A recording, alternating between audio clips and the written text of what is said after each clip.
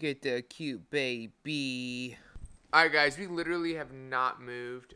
We moved. I had to get my pre-workout, but this is the same day, same basic time as when the last video ended from yesterday. So we're going to call this vlog Day 1 2.0. The game plan. Basically today I want to dive into you guys what my foods look like the last 3.5 weeks of prep, the last 25 days. I'm so excited. Cardio, all that, workout routine. I want to kind of lay that out for you guys in this video. But right now, we're about to work out. As you saw in the last video, I do eat breakfast before I lift weights. I wake up, I do cardio, fasted, and then I work out. Or then I have breakfast, then I work out, then I have my second meal, and then I wait a couple hours, and then I have my second cardio session. And we'll get more into all the specifics about that in a little bit. But right now, we are having my pre-workout. I like to do this in a big 32-ounce container. I drink a lot of water. I drink about 4 of these a day, not including any other fluids I put in my body. So in this right now, we have a scoop of Keto Vitals Lemonade Electrolyte Powder. We have a scoop of grape-flavored BCAAs, and then we have a scoop of German creatine monohydrate. So we're going to enjoy this, let it sit for about 10 minutes, and then we're going to go smash back. I'm going to try and record my workout. My garage lighting is not the best. I have not recorded something in there yet with my camera, so this will be fun. If I do pull it off, well, you'll see it right now.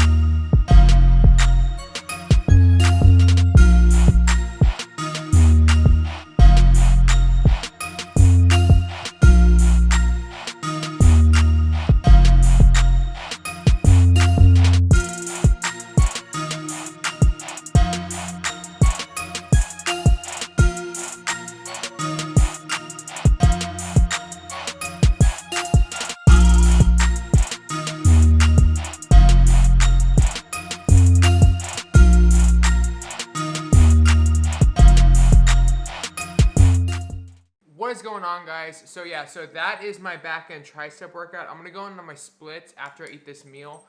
But you know, the one thing I do like about the pros and cons of working out this kind of style. Pros, it's very quick. It takes me like 45 minutes. The cons though is that my body's not used to it. My secondary muscles aren't used to it. So I have to be careful because I can strain things that aren't used to that constant resistance that bands bring. And so there's just a lot of things, nuanced things like that. But other than that, like I am actually really enjoying the new stimulus. It's nice. But I'll get more into that in a second. For right now, it's going to be our second and last meal of the day. I do eat early. So let me get my face out of the... Come on, focus. There we go.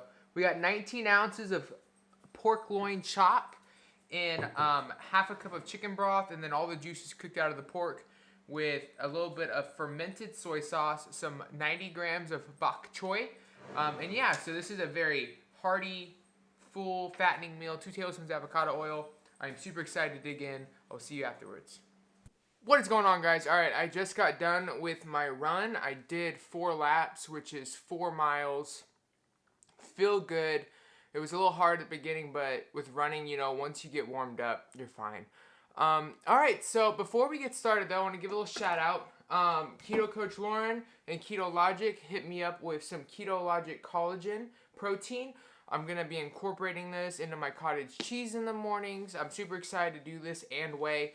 Just kind of mix it up. It's made with bone broth protein, which has a lot of glutamine in it. It's great for your gut. It's great for digestion. It's great for skin. All that. So I'm super, super excited to try that. Thank you so much. Saw the code. Feel free to try it out if you want to. Now, this one is new for me. This I am really excited about.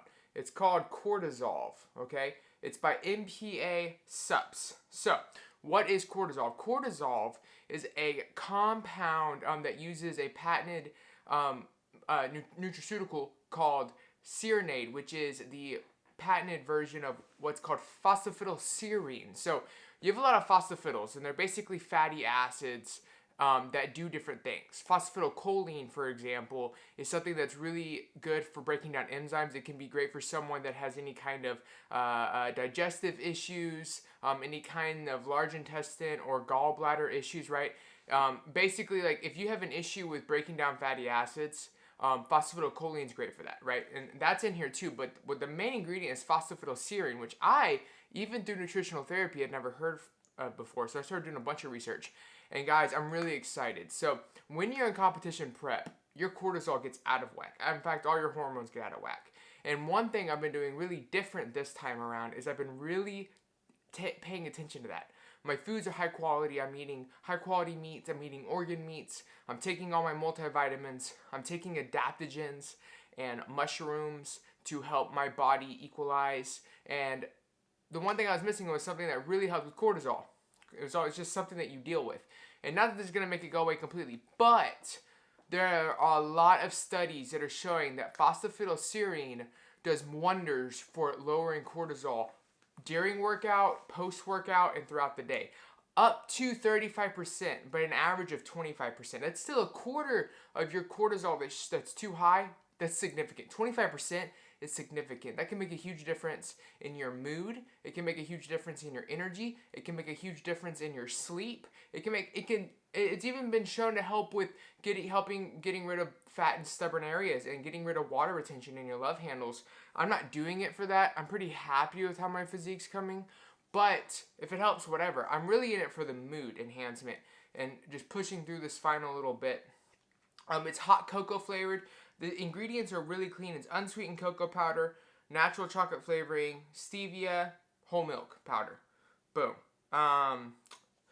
Has some Himalayan salt in it and the compound. So I already had a little bit of the powder in my mouth and it was really good, but I want to test it in some hot water since it is hot cocoa flavored. So we're going to do 1 full scoop.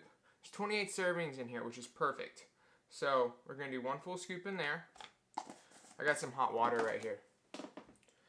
Okay, so first is mixability.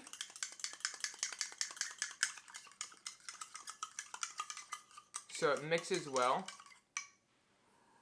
It smells good. All right, let's give it a taste. And this is just water, so if it tastes good now, it tastes good with anything.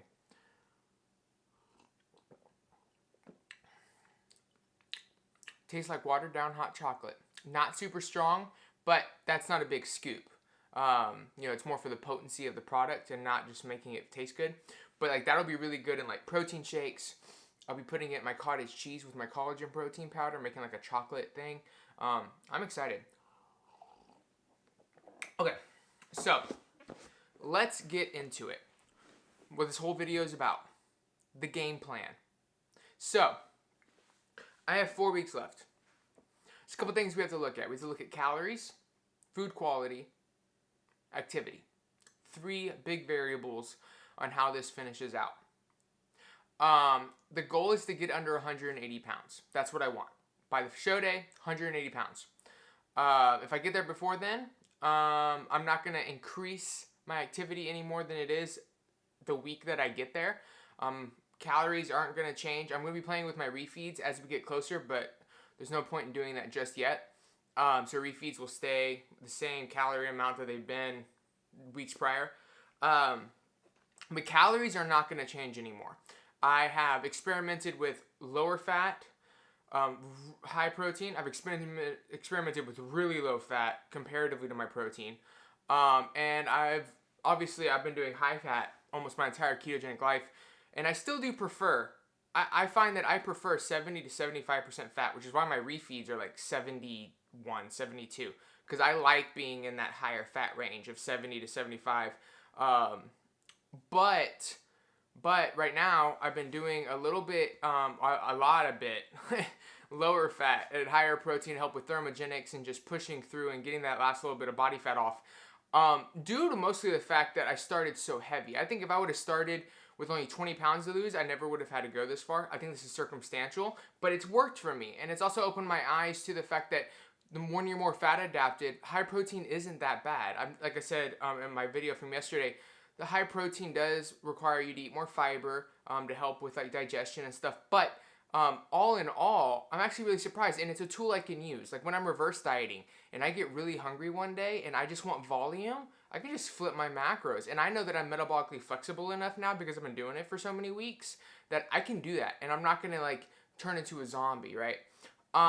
Which is cool. That's cool to know. But anywho, I didn't like how low fat I was the past couple weeks, and so I adjusted my macros, and I was wanting to lower my calories and everything at the same time though raise my fat a little bit. So the final macros are 1,510 calories, 90 grams of fat, 160 grams of protein, and 15 grams of total carbs. Now that is not going to change from here on out. That is the same this week, next week, and the next weeks and the next weeks. And yeah, that's just not going to change. If anything, I'll increase it, but it's not going to go down. 1,500 is my floor, and I don't feel a need to go under that. And I'm not going to go less than 90 grams of fat. I want the benefits of fats. I truly believe in them. And I'm not willing to go lower than that. I tried it and I just didn't like it. So that's where we're at right now. And then the refeeds, like I said, are going to be like 72%.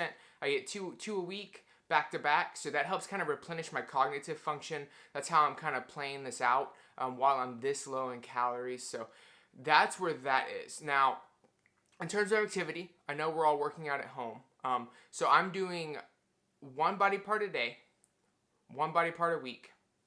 And then I do like, I'll do chest, I'll do arms, and then I'll do chest with a little bit of bicep at the end just for blood flow. And then I'll do, like today I did back with a little bit of tricep at the end for blood flow. And then Thursday is a full body. So I do one exercise for each body part. I start at my feet or my calves and I work my way up to my head. I don't actually like do anything with my head, but you get what I'm saying. And then Friday is shoulders, Saturday is legs, Sunday's days completely off. Workouts take me anywhere from 45 to 65 minutes. I bust them out. I do generally 3 to 5 exercises, 4 to 5 sets until failure. There is no rep count. Only time I do a rep count is when I'm swinging the kettlebell or doing dumbbells, which isn't most of the workout. Any kind of band workout, it is literally till failure. And I'm not focused on doing a lot of reps. I'm focused on squeezing and squeezing and squeezing until I can't anymore. And just going to utter failure. And it's really been working. I've really been enjoying it. So that's where that is. That's not going to change. And then we have activity. Or cardio, sorry. So I was doing 5 miles a day of walking or interval running or running, right? I change it up. So like, basically I do laps around this cul-de-sac and it's a mile. The whole thing's a mile. And so I'll wake up in the morning, fasted, right? Because I eat all of my calories really early in the day. So I'll wake up in the morning and I'll do 2 to 3 miles walking, and then maybe the last mile, maybe the second and last mile, I'll do intervals. So like I'll jog like 50 yards and then I'll walk. Jog 50 yards, then walk. And I'll just do that. And like I really play it by ear. If I feel like walking all 3 miles, I walk all 3 miles. If I feel like doing 1 mile and doing 2 later, I do that, right? But I do some form of fasted cardio right when I wake up. I get home, I eat my meal, first meal, as y'all saw in the last video. I wait about 2 to 3 hours. I work out. Then I eat my second and last meal. And then I wait about 4 or 5 hours and I do the rest of my miles.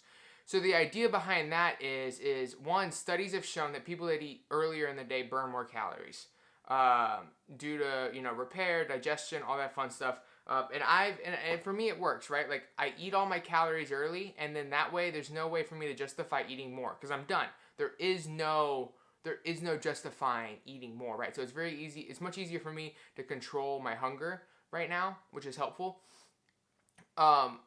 But then also it puts me in theoretically a fasted state both times I do cardio. Do cardio when I wake up, I've been almost 18 hours fasted. By the time I go to do cardio in the afternoon, I've not eaten in 4 hours, which if you know, based off of studies and science and all that fun stuff, digestion for meat is the longest, and it takes about 4 hours for it to get completely out of your stomach, into your duodenum, into your small intestines. So after 4 hours, anything that I would have eaten is past my stomach. My stomach is done digesting, right? And it might be working in my small intestine, but all in all, my stomach's in a fasted state. I'm chilling. So it's like pre-fasted. I don't know. For me, it makes me feel like it's motivating for me because I'm like, man, I'm doing 2 fasted cardio sessions.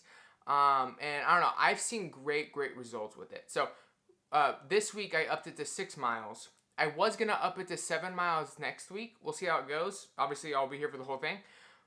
My weight is dropping like freaking crazy this week. Last week my low was 188.3, and I woke up yesterday at 185.7, which is almost 3 full pounds. And it's only Wednesday, so that's like 4 days, 3 pounds. It's insane. So I'm gonna play it by ear. If I lose any more weight this week, I'm definitely not gonna increase There's no point in creating a bigger deficit if you don't need to, people. There's no point. Especially when you're this low. So, we're going to play that by ear. But that's where we're at right now. That is the game plan.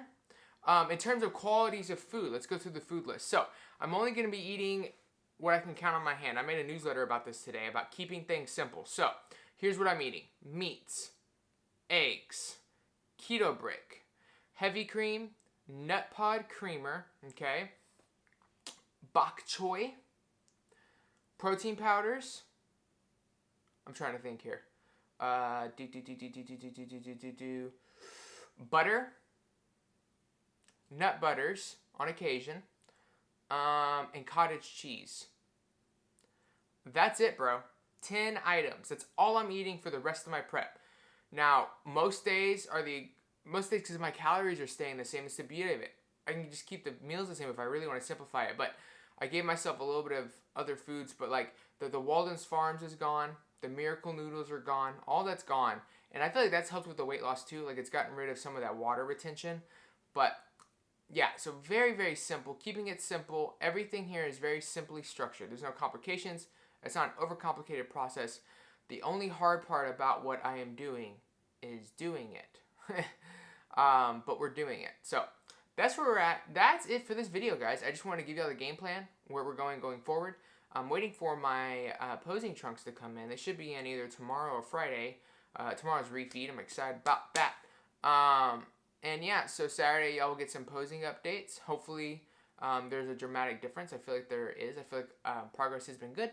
But yeah, so if you have any questions or comments about anything that I said or anything you want me to clarify, put it in the comments below. I love you guys. Have a great day. See you tomorrow.